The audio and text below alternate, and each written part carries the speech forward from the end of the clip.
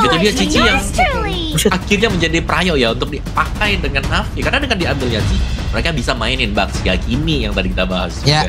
Apalagi, tadi yang mengagetkan, kenapa mereka nggak ngambil Cici juga gitu loh. Karena mereka sudah nge-ban Uranus, tapi mereka nggak prayo buat ngambil. Oke, Hayabusa juga yang di-ban ya. Kita kan siapa nih kalau kita bicara yang lain lagi nih ya. Selain daripada Hayabusa, ya Gwyneth udah oke lah. Kalau memang habis kena hotfix yang kemarin dengan pasif 3 kali hit langsung bisa penuh. Itu juga enak tau. Kalau misalkan ngomongin maneuver ya, setupnya tuh jadi lebih gampang. Even dari special ini miss, dia tetap akan bisa maju. Tapi band terakhirnya nggak kalah bagus, Grok ya, sempat debut kemarin kan di MPL dipakai sama Ido, itu langsung di ban juga. Sementara Harit kayaknya memang ketika ada Lancelot di jungle, pasangannya nih sama Harit itu enak banget ya. Tapi kita lihat sesaat lagi nih akan seperti apa lagi pertandingan di game yang kedua. Apakah ini akan berakhir atau memang disamakan dulu kedudukannya oleh Navi? Jadi langsung saja game yang kedua kita berangkat menuju ke Land of Down. Karena Land of Down lah yang akan menjadi saksi bagi game kedua kita. RRQ di game pertama tampil dengan sangat-sangat baik, tapi reset dulu nih. Sekarang tukeran kan, Assassin Lancelot dipegang sama teman-teman dari RRQ. Ya, dan ya kita harus melihat nih sebenarnya untuk tempo permainan dari Selena itu sendiri kan. Kita tahu ini hero yang lumayan serem, apalagi kalau sampai mendapatkan kesempatan snowball. Itu yang harus kita nantikan dari Navi, apakah mereka sanggup untuk membuat skenario di mana Ukir bisa snowball dengan Selena aja, atau minimal dapetin first blood lah. Dia bisa flicker dengan lebih cepat nanti, apalagi kalau dapetin stack Idok. Gue sakit banget Idok. Wow, Idok masih berhasil selamat Idok untuk kali ini. Sekarang Andoryu masih stay dari tersebut dalam bisa roja connect. Zunes menjadi korban. Masuk dari titik buta tadi, Row yang hadir dari bagian belakang, gak expect pastinya dari Zunes. Pas banget juga momennya dimana Turtle muncul, so Navi mereka akan setup lebih cepat. Ya, dan mereka berhasil harusnya untuk bisa mendapatkan ke arah satu Turtle yang pertama dengan tadi setup dadakan ya. Oke, kalau ada Selena setup dadakan aja, siap aja pokoknya orang-orangnya. Ya, apalagi tadi tumbangnya juga hampir di menit yang kedua ya, jadi tidak ada kesempatan tadi untuk Zunes mungkin bisa join lagi, sehingga Turtle emang harus diberikan. Dan itu Selena sangat cepat untuk bisa membantu pengambilan dari Turtle juga. Dan audience prediction kita ternyata jatuh ke tangan RRQ nih ya, untuk prediction di game yang kedua, 76% Lim. Oh, mungkin karena dampak dari game pertama Om, RRQ mendominasi habis kan. Jadi ya pool dari suaranya juga akan berpindah. Cuma di game kedua nih Ukir Selenanya juga boleh-boleh nih. Dia selalu bisa melepaskan arrow dari titik-titik buta pemain-pemain RRQ loh. Contohnya kayak tadi dari belakang. Dari area RRQ-nya sendiri yang nggak akan expect akan ada Abyssal Roar di bagian sana. Ada flicker tapi ya mau nggak mau harus dikeluarkan juga. Dan sekarang lihat gempuran dari RRQ menuju ke arah Goldlane. Yap, Slive tertekan, Slive dalam bahaya. Slive benar-benar disambangi oleh dua player sekaligus. Zaman Force tadi terlihat di area dari Goldlane. Cuman nggak ada korban sama sekali ya. Bahkan sekarang lihat dari RRQ mereka mau motion map-nya. Yep. Tarik lagi walaupun nggak ada korban. Oke, Zunes 1v1 situation, Phantom Execution kembali lagi menuju ke area aman dari Zunes. Ini match up yang cukup ini ya, dengan tempo pengambilan objektif saja, yang kalau kita lihat semuanya coba untuk dimainkan dengan RRQ. Karena JP-nya memang di pressure, bahkan untuk top turretnya harus hilang sekarang bagi Navi, tapi setup di Turtle. Ini mungkin yang diincar dengan Navi adalah menang di Turtle, 3 Turtle. So far, ya sudah dapat 2, dan diincar untuk 340. Ada Abyssal Trap juga tadi langsung dikeluarkan. Sementara sekarang di area tengah coba lihat Zunes. Hampir saja. Tapi tidak ada lagi Tonros dan berhasil solo kill tadi dari Andoryu. Zunes harus merasakan akibatnya. Bahkan final slash ternyata tadi di area dari Riven. Dan sekarang kayaknya sudah join ke dalam pertempuran PDS. Dan dikombinasikan dengan zaman Force. Tarsnya pun masih berhasil selamat. Tapi tidak untuk waktu yang lama. Apro gagal untuk bisa melindungi. Sementara Ukir masih ngeker dari kejauhan. Itu dia Rins yang dapetin free hitnya. Dan sebelumnya juga ada momen yang gue bahas di mana Rhythm of Joy bisa mengejar Ido. Oke, Ido sebentar sekarang coba lihat resnya pun terjebak. Resnya diambil Abyssal Arrow-nya connect karena Rins mau tidak mau Purify digunakan. Masih aman dan sekarang lihat Turtle-nya nggak akan dilepas walaupun pressure dari Ido pun visionnya tetap terbuka dan RRQ bisa kontes kali ini.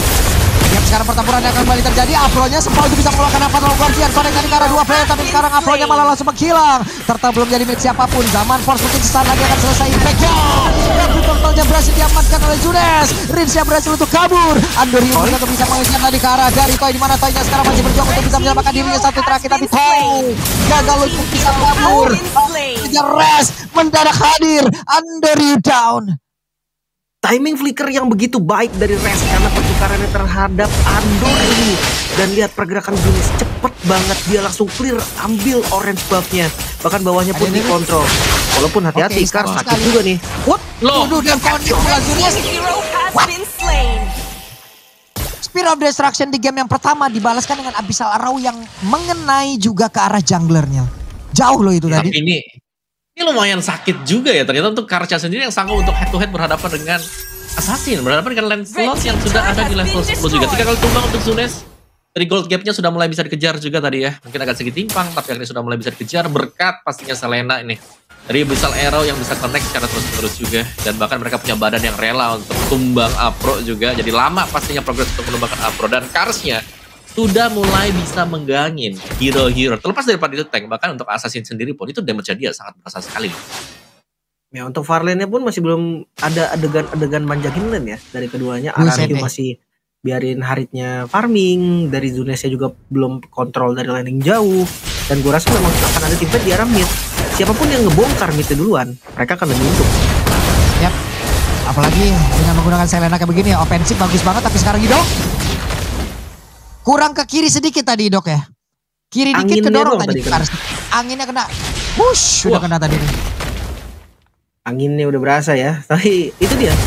Tigreal dari Idok ini salah satu power pick juga loh. Jangan salah. Mereka sering banget mendapatkan kemenangan ketika Idok yang pakai heavy CC, entah itu untuk backup ataupun untuk offense. Kita melihat mungkin dari Karcha sendiri yang hanya akan menunggu dulu nih opening kapan nih ya kira-kira ada closure yang mungkin bisa tercipta juga, jadi dia baru bisa masuk nanti kapan. Yap. Oke. Sejauh ini masih standby semuanya, masih cukup adem ayem loh. Slow dulu tapi Idok ketahuan, Idok terlihat. Ini nggak boleh berhenti gerak sih. Sebentar aja berhenti gerak. Tiba-tiba Ukir udah ngelepas Raulnya nih. Ngedekat entah kenapa ya. Kalau Goldman itu lebih sering kena. Lebih sering ngedeketin Raul. Niatnya tuh pengen kabur sebenarnya. Gue juga tahu niatnya mau ngindarin. Tapi malah ngedeket. Biasanya kayak gitu tuh kejadiannya. Entah Goldland, entah jungle. Tapi kalau jungle tank enggak. Jungle assassin aja nih spesifik. Itu kayak ini ya, teori-teori hipnotis ya, sama kayak Franco juga kan biasanya. Tapi ya ini ada Lord yang Lord yang keluar yang memang masih jadi tarik ulur lah ya untuk Na'Vi juga. Kamu ngeliatnya sekarang Na'Vi kayak mereka strong banget di Ukir sampai flicker loh dia. Ya. Dia pakai flickernya untuk kabur, dan itu jadi satu informasi yang lebih mahal. Gue kalau udah denger flicker ya, entah kenapa di kepala gue langsung ada Rins loh yang flicker. Salahnya Rinsnya Purify nih, Li. Bukan makanya itu yang bikin gue kayak udah kehipnotis gitu loh. Rins itu sering banget pakai flicker-flicker ke depan soalnya kan. Apakah Rins akan menjadi duta flicker, Lim? Duta flicker hampir kan? Sih. Hampir. Oke, di depan yang lain Andorium berhasil ditangkap oleh dua player langsung, dan ini menjadi kerugian yang sangat besar. Mau tidak mau Lord yang pertama, apa yang akan terjadi? Bisakah mereka untuk mengganggu pemain dari RRQ bisa mengamankan ke arah dari Lord tersebut? Tapi 4 melawan 5. Sementara Na'Vi nggak akan berhenti, nggak akan kasih Lord ini secara free. Mereka mau tetap kontes. Yap, 15 detik lagi. Masih ada waktu yang cukup panjang untuk RRQ bisa mendapatkan Lord tersebut, tapi Lordnya kereset. Resnya berusaha untuk bisa maju. Karsnya menyisakan sedikit SP kembali. Tapi Federal Strike sudah terlihat. Lordnya harusnya berhasil diamankan, dan Sunes berhasil mengambil Lord tersebut. Tadi mereka nungguin cooldown dari Retribution Yuji. Waduh, kena 2 orang tapi belum begitu berasa. Bahkan sekarang dibalikin kah? Res, final slash terkena tadi ke arah satu player, tapi Resnya berhasil mundur untuk Afro-nya menghilang. Sebuah follow damage yang begitu baik. Bahkan ada satu lagi Secret Hammer tadi dari Idok mendorong mundur, masuk ke dalam satu tertarik, tapi malah Idok yang menang harus menghilang. Idok dari sekian banyak pertempuran yang terjadi, Idok fokus untuk menangkap Sive di bagian belakang dengan informasi tidak ada Purify. Maka dari itu mata Idok itu nggak lepas dari Sive. Dia nggak peduli siapapun di depannya, yang penting Sive tertangkap. Yap. Jadi bagus banget ya. Kayak ngebuang flicker pun tapi yang tumbang itu adalah Shiv ya Pak Bulung. Nih, mau gimana aja. Waduh, oke. Sementara sekarang Res, pada yang lain. Iya, makan lele dulu lah sambil jalan. Udah biasa. Cuma ini tim fighter terjadi di dua lokasi yang berbeda loh. Midnya tadi ada pressure dari Andoryu, atasnya pun lagi didorong oleh teman-teman dari RRQ. Ini penguasaan map harus benar-benar jeli nih untuk keduanya. Tergantung sebenarnya dari Andoryu, jangan sampai juga dia kembali terpick off ya kan. Tadi sayang banget ketika dia lagi ada di bagian topnya, ternyata dia di-gank juga dengan dua pemain sekaligus kan. Tapi untuk real time victory rate-nya masih lebih besar kepada RRQ, 69%. Angka yang bisa kita bilang cukup signifikan ya, hampir mendekati, bahkan sudah melewati 70% sekarang. 71% untuk RRQ. Dan lagi-lagi kalau mau memanjangkan lane untuk Na'Vi ini harus bersiap-siap, Andoryu akan di-ganking berkuat juga Bang. Yap. Kembali ada Mayem, kembali turun tempo. Tapi Zunes udah siap menabrak nih, kita lihat. Akan menjadi milik siapa? Dari Purple Buff ini karena sudah standby, tapi barusan Purple Buff menjadi milik dari Zunes. Karsnya berusaha untuk bisa menghantarkan damage, tapi baru teman slash yang masuk dalam tubuh dari Sive. Sive-nya down. Kerugian begitu besar didapatkan oleh Na'Vi. Walaupun Resnya pun menghilang, tapi Koi setidaknya untuk sekarang berhasil tadi mendekatkan jaraknya menuju ke arah Kars. Dan solo kill by Koi. Andoryu selamat. Andoryu solo konser terhadap Zunes. 1v1 situation, Phantom Execution digocek, tapi Tondros apa yang terjadi? Tapi base-nya terbuka lebar. Satu kata full, pada sekarang Andoryu masih ada weapon kembali. Dari Koi-nya masih berkuasa untuk bisa mendapatkan kemenangan secara cepat. Ukirnya pun down, dan wipe out. 2-0 harusnya bisa akan didapatkan oleh RRQ, tapi setidaknya untuk sekarang masih ada Sipe yang bisa defense kembali. Wah, gue bertanya-tanya kalau andai Toy tadi hit ke arah base-nya, apakah itu bisa menjadi endgame? Karena dia memang mulai muncul dan fokusnya. Oke. Tapi dengan Lord sekarang yang mulai di setup. Karena dari Res, bisa Res bertahan, tapi Res langsung menghilang. Sementara sekarang, apa yang terjadi? Lordnya berhasil diamankan oleh Andoryu. Apro-nya pun menghilang, sementara Toy-nya masih menari, tapi tidak untuk waktu yang lama. Toy-nya berhasil langsung dilumpuhkan dengan sangat cepat. Idok tertinggal, ada satu Tondros tadi dari Zunes, guna untuk bisa mengcover pergerakan. Andoryu save the day kali ini ya. Kita tahu Na'Vi tadi mereka under pressure banget. Tapi ya ketika retribution dari Andoryu menang dapetin Lordnya, seenggaknya Na'Vi punya nafas yang lebih panjang. Walaupun gue rasa Lordnya juga nih akan lumayan free. Mungkin enggak, Kars udah mulai mengawal. Waduh, Karsnya sudah mulai mendekat. Karsnya mau ngejar kah? Enggak ternyata, karena mereka pun kehilangan 3 player dan itu pun harus ditunggu. Ya, tetap jadi Lord yang free sebenarnya Om. Nah, tapi itu minimal sangat membingungkan juga ya. Dan kalau kita lihat dari replaynya Res yang ternyata harus terkena Abyssal Arrow tadi dan di instant pick off secara langsung. Dan sementara untuk lini belakangnya diganggu ya. Karena ada Andoryu juga yang masuk lewat belakang tadi. Ya, sebuah gameplay yang sangat manis tadi untuk Na'Vi juga, dimana mereka maksimalkan bagaimana targeting dari Abyssal Arrow tadi.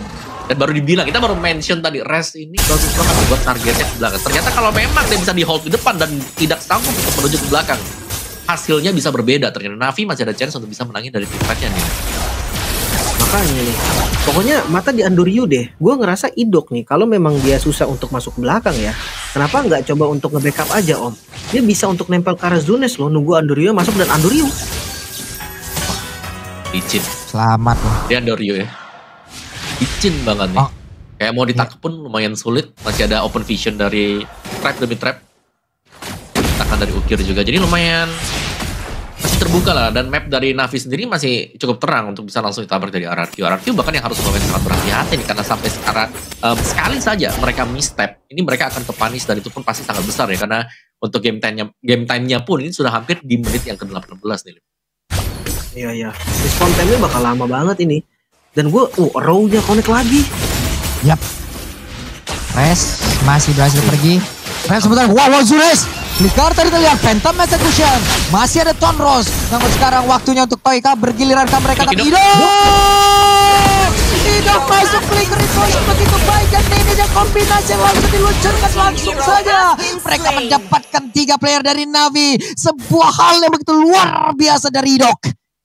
tanpa mengeluarkan Purify Toy, masih ready untuk teamfight. Rins masih ready untuk teamfight, dan karena Lord belum ada, Andoryu tangkap. Lo, Andoryu, apa yang terjadi? Menjadi penyanyi solo di atas tersebut, tapi Rins berusaha untuk bisa mengganggu. Namun, untuk sekarang harus merasakan akibatnya. Cathedral Strike dikeluarkan, tapi masih berhasil digocek dan tidak. This is Rins! This is Rins, dan game yang kedua milik RRQ. RRQ sang raja membuktikan kalau keunggulan Na'Vi di awal harus berhenti sekarang. Vibes positif lagi-lagi dari Na'Vi harus hilang dan membuktikan kalau memang RRQ punya progres. Percaya kepada bakat-bakat baru